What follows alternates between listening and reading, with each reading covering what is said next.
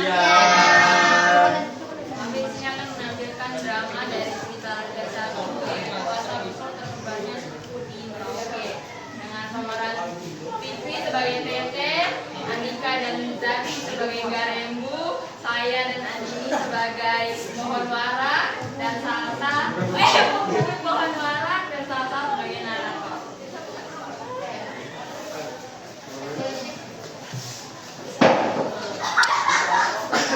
Tunggu Jeffrey. Kok belum main kah?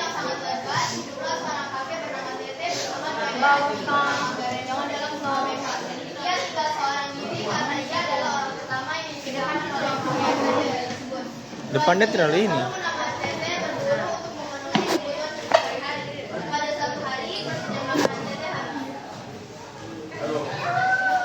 Kita berburu ini. Garembu, ayo kita pergi berburu.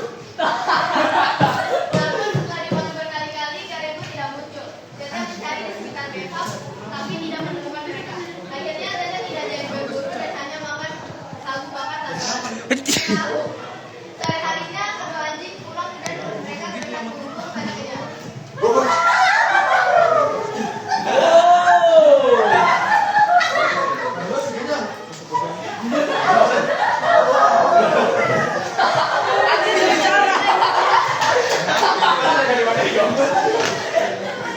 Esoknya Tete bangun terlambat. Dia kembali memanggil Garembu. Garembu, ayo kita pergi berburu. Berburu.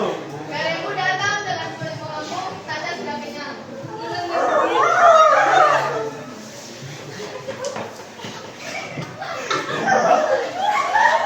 Video. Berapa terus? Kamu dapat makan dari mana? Emang udah di jiwanya. Dan itu selalu wujud dalam benak Tete sampai akhirnya ia menjadi daya. Berdua ini macam Tete pergi mengulas untuk mendapatkan makanan dari kita keluar. Beberapa hari kemudian pada pagi-pagi sekali Tete melihat ada anjingnya bangun dan berlari menuju pohon warak. Tete mengikuti diam-diam. Di tengah begini. Duanya mau kemana? Ada apa di kemana? Tete menyelidiki deketan jalan setapak menuju pohon warak sampai diterima seperti banyak orang yang lewat. Padahal yang membuat adalah Garembu yang benar-benar setiap hari mengambil makanan dari pohon tersebut. Ketika Tete mendekati pohon warak, dia mendengar suara gaduh dari dalam pohon. Apa tuh? Dulu tadi satu mau tinggal sendiri bro. Kenapa ada dua orang gaduh-gaduh? Tete mendekat dan melihat bahwa suara itu berasal dari orang-orang yang tinggal dalam pohon warak. Tidak bisa dibiarkan. Ini sapu daerah kekuasaan. Kenapa ada orang tinggal di sini tanpa sapu pengetahuan? Saya harus usir orang. Tete pulang ke bevaknya untuk mengambil peralatan perang seperti tusuk, panah dan tombak. Dia juga menghias tubuhnya dengan peralatan perang. Tete bersiap berangkat. Hari ini saya akan kasih kamu perhitungan. Sampai di dekat pohon warak, Tete berhenti dan mengintip ke dalam. Dia melihat ada banyak orang tinggal dalam pohon warak seperti kita. Garembu berlari mengelilingi Tete sambil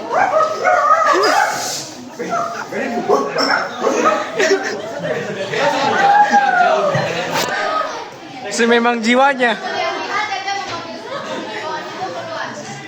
Woi, kamu semua yang ada dalam perwarak keluar. Manusia itu keluar. Tidak tahu sopan santun. Masuk di orang ke wilayah tanpa izin dari saya. Hari ini saya maafkan kalian. Tapi hari ini juga kalian harus pergi dari sini.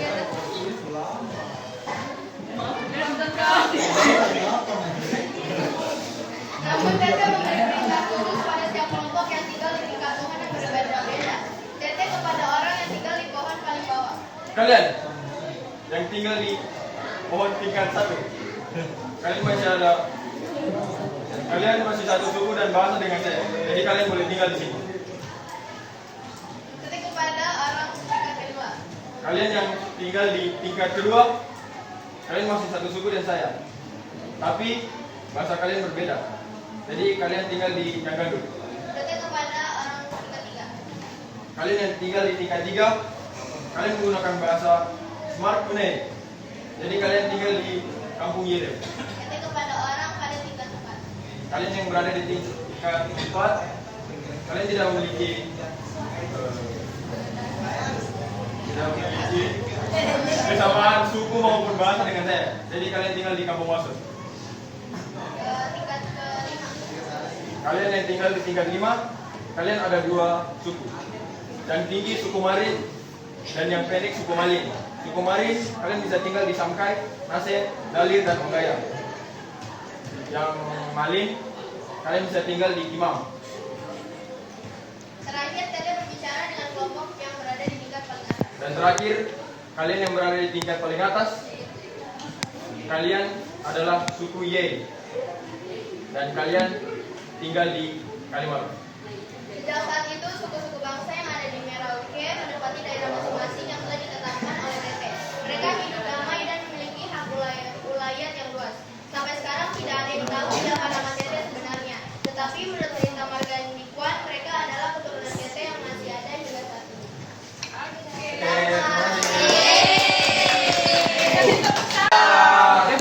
Di sini kami akan menampilkan drama cerita rakyat Papua yang berjudul Cipriu yang Alam Asal Usul Papua. Jadi di sini Nando sebagai Cipriu, Andini sebagai Bibi Rimpit, Kodi sebagai Tewe Raut, Jeffrey sebagai Rohucu, dan Dimas sebagai temannya Cipriu.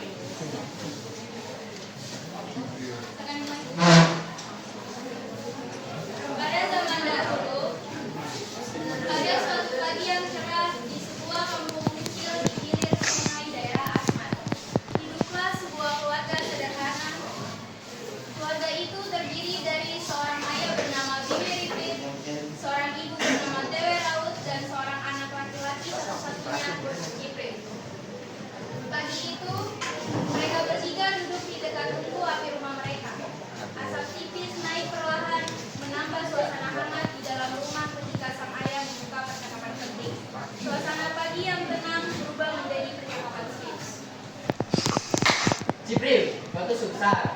Jangan jadi penakut-penakut. Bagaimana kau mau jadi pemuda yang hebat seperti papa? Cipriu ini masih kecil, jadi kalau udah penakut itu tidak apa-apa. Itu gara-gara kau kasih manja dia nih, makanya dia jadi penakut seperti ini. Sudah terserah sudah. Setelah percakapan itu, Bibi Ripit mengajak Cipriu masuk ke hutan asli. Ia ingin mengajarkan anaknya cara bermutu dan menghadapi alam. Cipriu, kau halau babi hutan gitu. Babi hutan. Kau penakut sekali. Bagaimana kau mau jadi pemburu yang hebat? Rasa takut itu membuat Cipriu terjatuh dan pingsan. Namun, ada satu hal yang tidak disadari Cipriu. Dia pergi ke hutan, ia melewati sebuah pohon besar yang dihuni oleh roh ucil yang baik hati. Pohon ini berada di antara Jeu dan rumahnya.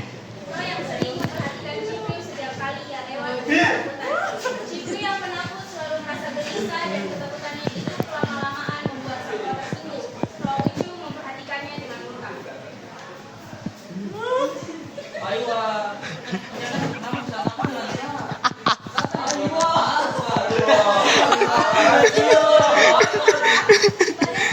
yang sunyi, saat semua orang tertidur pulas di dalam Jeu, Roh Ucu memasuki rumah adat itu dengan hati-hati namun penuh niat gelap. Ia mengambil tubuh Cipriu yang masih terbungkus tapi lalu membawanya pergi.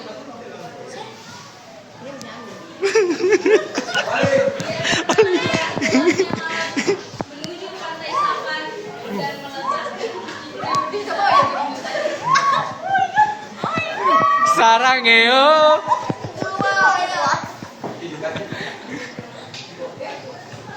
Ketika fajar menyingsi, Cipriu terbangun. Ia terkejut, ketakutan, dan langsung berlari kembali menuju buaya lain sedang menjelapkan. Namun, Roh Ucu belum selesai. Ia merasa Cipriu harus memberi pelajaran terakhir.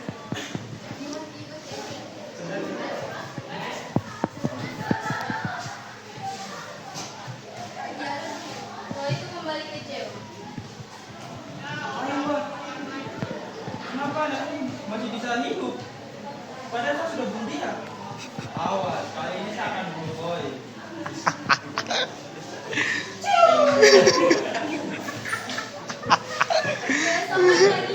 Kayak bukan Jeffrey. Itu yang berniat membangunkan Cipu. Sudah kah? Ini yang babi itu. Menyadari bahwa Dimas itu telah tiada. Bangun. Oh Tuhan. Mati. Jimmy mati. Mace masuk. Sabar.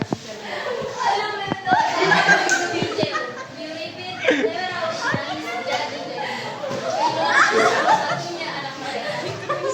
Aduh, tapi itu buatku begini. Beberapa waktu setelah kematian itu, sebuah keajaiban terjadi. Pagi hari yang dingin, Bibi Ripit dan Dewa Rawa melihat suatu tempat di atas kuburan bukit. Excalibur. Berawat lihat hebat apa yang atas gerak anak kita. Saya juga tidak tahu ini apa. Sebuah pohon yang belum pernah mereka lihat sebelumnya. Suatu hari, orang tua Ciprim, Bibi Ripit dan Dewa Rawa bertemu. Pagi harinya, Bibi Ripit dan Dewa Rawa mengabarkan kepada seluruh keluarga kampung.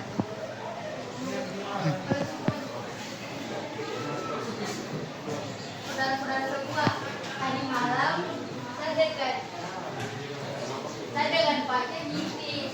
Kalau nama pohon ini tuh harus dinamakan gisin dan nama buahnya harus dinamakan aipamanmal yang berarti buah yang berasal dari orang yang mati.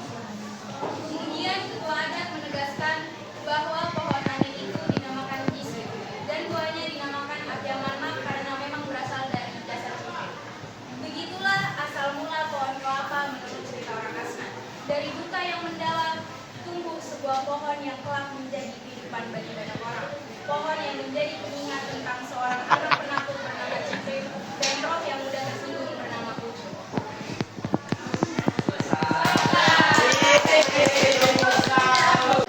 Tokoh-tokoh perkenalkan tokoh dari cerita Muslan tentang Harik.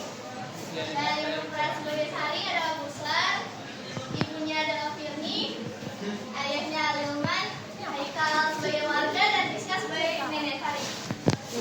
Ia adalah pendahulu di kampung Harimau di Sulawesi Barat, tempatnya dulu Sutambang tinggal beberapa keluarga dari beberapa suku, antara lain Karen, Sampai, Dede, dan Sumai yang menamakan dirinya Yabanu.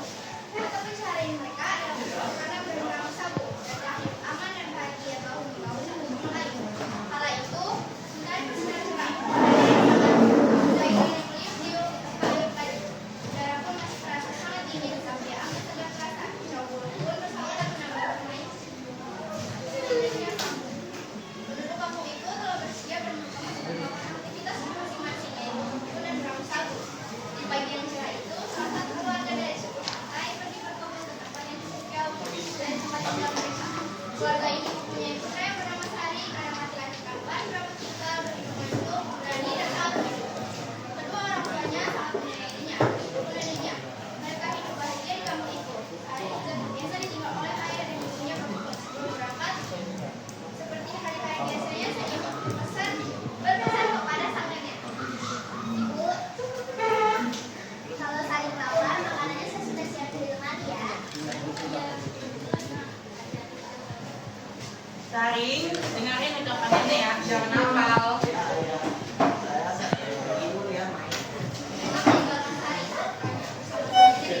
Kalau setelah sang ayah dan ibu pergi ke kebun, Sari meminta izin kepada neneknya untuk bermain bersama dengan teman-temannya di musim itu. Setelah cukup lama bermain, dia merasa lelah dan lapar. Akhirnya dia pulang ke rumah dan mengambil makanan yang telah disiapkan oleh ibunya dan segera menyantap makanan itu dengan lahap.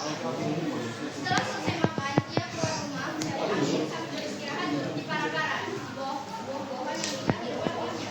Sambil tersenyum, Mas kok apa mas? Ketika timbul keinginan untuk makan buah pisang masak dalam bedak, dia berkata,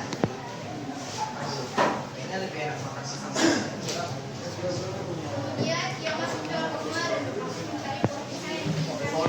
Dia mencari ke seluruh dapur, tetapi tidak menemukan pisang yang diinginkannya.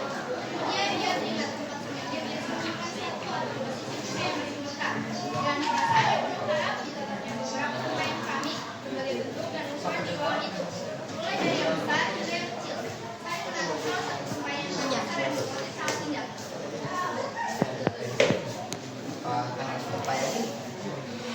Dia berjalan menuju ke sampah tersebut sambil menghadap dan memperhatikan sekeliling agar jangan sampai orang lain berbudaya. Setelah merasa cukup aman, ia mencoba membuka penutup tumpahan tersebut dengan hati-hati.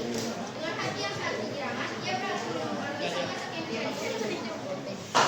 Banyak sekali bisa. Kalau makan di dalam aja ya. Supaya lebih aman, setelah diam-diam ia membersihkan susunya yang mendidih itu masuk ke dalam tumpahan dan saat menikmati bisa masak dengan alami tanpa seizin. Setelah menghabiskan beberapa buah, perasaan gembira dan perasaan cemas dan takut. Saya merasa ada sesuatu yang mengancam dirinya. Dia merasa ketakutan yang luar biasa. Perasaan takut yang sangat mencekam membuat kepanikan semakin menjadi sehingga ia berteriak minta pertolongan. Tolong, tolong, tolong. Dari mana teriakan itu berasal? Kemudian matahari menunjuk kepada tempayan besar yang ada di sebelah Tolong. sebenarnya benar.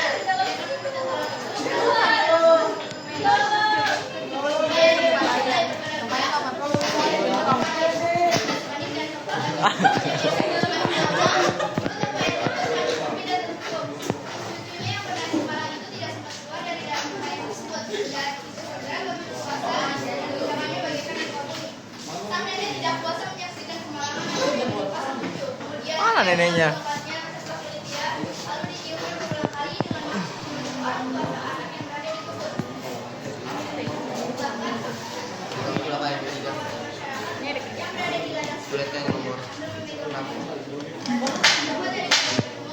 Bikin apa?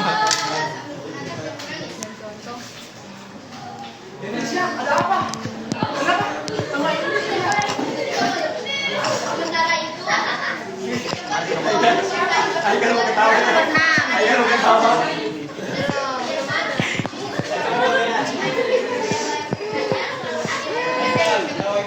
hatinya terus gelisah, tak tertahankan sehingga ia mendekati sang suami dan bercerita kegalauan hatinya yang tak seperti biasanya bahwa ia sangat mengkhawatirkan putranya.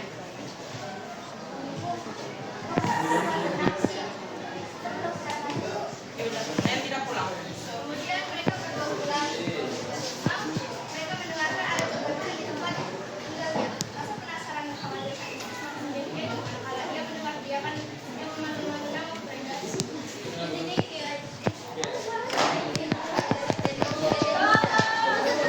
Di sini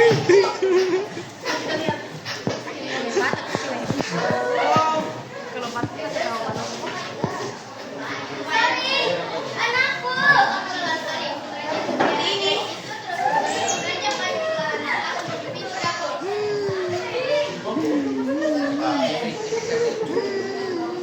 Sudah upaya telah dilakukan, tetapi semua siap-siap kali upaya ajaib itu tidak bergerak dan akhirnya terjun sampai itu ke tanah. Mereka membawa kapak, batu, parang, potongan kayu, batu, dan alat lainnya yang dapat bergerak untuk menghilangkan tempayan tersebut. Rupanya, tempayan itu bukan benda biasa, melainkan benda mistis yang sudah waktunya berhari. Tempayan besar itu bergerak menuju sungai tanah dan menekan dirinya ke dalam air. Jangan bawa anakku! Sari! Jangan dibawa! Dalam tidurnya, orang tua si anak bermimpi sang anak datang kepadanya dan mengatakannya apa mau.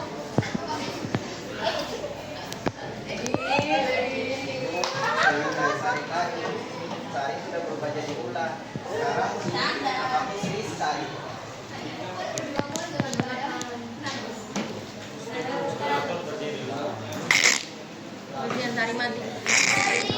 Jangan anakku.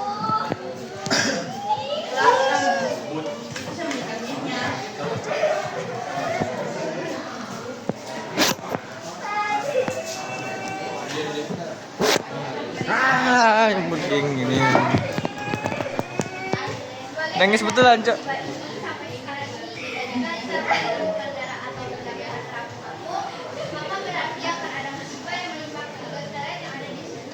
Udah 7 menit anjir.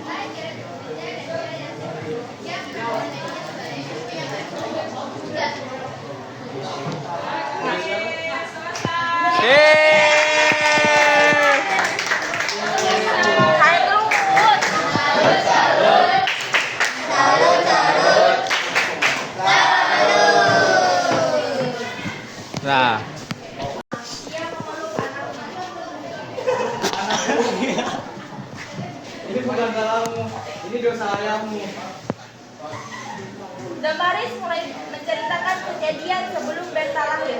Saat ia hamil, ayah Berta selalu kesal karena ada kucing yang terus mengeong di atap setiap malam. Kucing ini menjengkelkan, aku harus menyingkirkannya. Dalam kemarahan, ia menangkap dan mencincang kucing itu. Sejak kejadian itu, Damaris merasakan kejanggalan pada kandungannya. Janin terasa tidak normal. Ketika Berta lahir, ia terkejut melihat anaknya tidak seperti bayi pada umumnya. Wajah membekas, kakinya lemah. Suatu hari, Berta kecil diserang sekelompok anjing liar. Damaris berteriak. Itu anakku, tolong!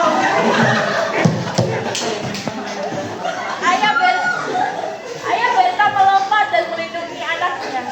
Ia diseret anjing ke hutan dan tewas. Adi, teater dadakan.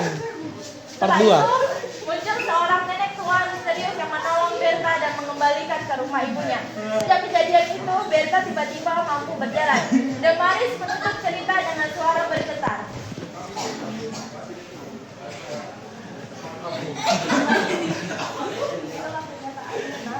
Itulah kenyataannya, nak. Kamu harus menerima itu. Berta hanya menunduk, air matanya jatuh, tapi ia tetap memeluk ibunya.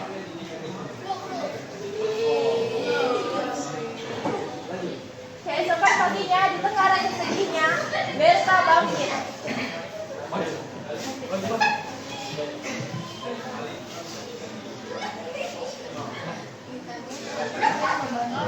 Bu, kita anaknya ke gunung, membantu ibu mencari obat dan daun dijual lagi. Itu berbahaya, nak. Hati-hati ya, buat ibu. Berta berjalan menuju gunung. Ia sendirian namun tetap berdoa. Tuhan, lindungi aku yang berlupa ini ya Tuhan.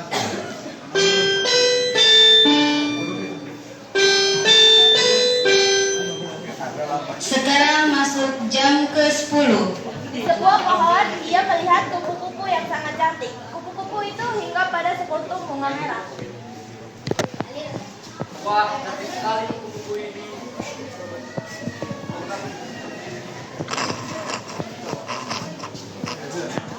Kupu-kupu itu terbang memutari Berta seolah memberi izin. Berta lihat, Berta membawa banyak bunga. Si guru purba. Ngapain kamu ngetik bunga ini? Bunga ini tidak pantas untuk kau pegang. Mereka merampas bunga Berta dan menginjaknya di tanah.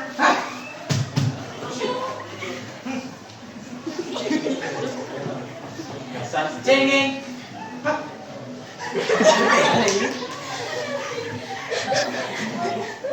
Oh, kau tunggu kuy. Air matanya jatuh di atas bunga-bunga yang hancur. Dan secara ajaib berubah menjadi butiran beras. Berta mengumpulkannya dan pulang sambil menangis. Besoknya, Berta kembali ke gunung. Kali ini lebih dalam. Saat ia beristirahat, tiba-tiba muncul seekor burung yang begitu indah. Melewati jantan dengan bulu emas mengintai. Burung itu menari di hadapan Berta.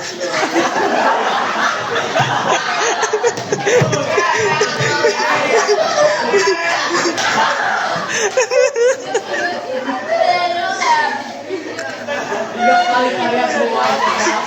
Apa yang bisa tidak dirimu? Burung itu berhenti menari dan berbicara. Kalau kamu suka menyanyianku, Berta kaget. Kamu bisa di sana? aku menari untuk mencari pasangan hidup dan hatiku memilihmu.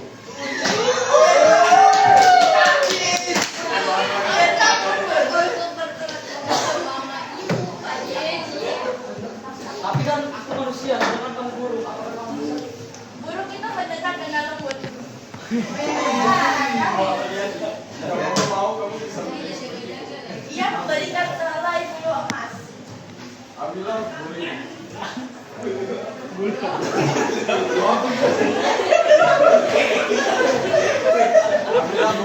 katakan padaku agar jangan Baiklah, temui aku di depan. Berta pulang dan menunjukkan bulu emas itu kepada ibunya. Lihat nih, bulu emas ini. Apa ini, nak?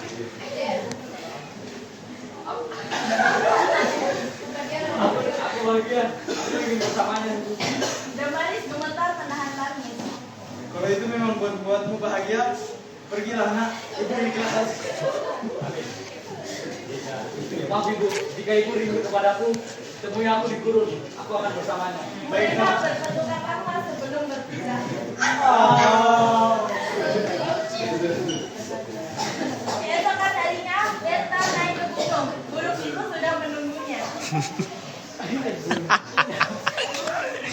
Apa kamu siap datang? Ya, aku siap. Pejamkan mata.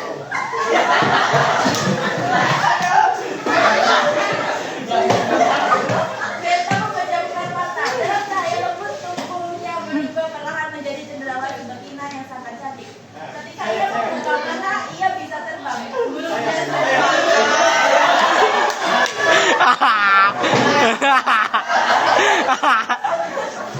Kurang cocok ini. Sekarang kamu menjadi pasangan untuk Delta. mereka terbang bersama ke dalam hutan lebat dan membangun keluarga dan hidup bahagia.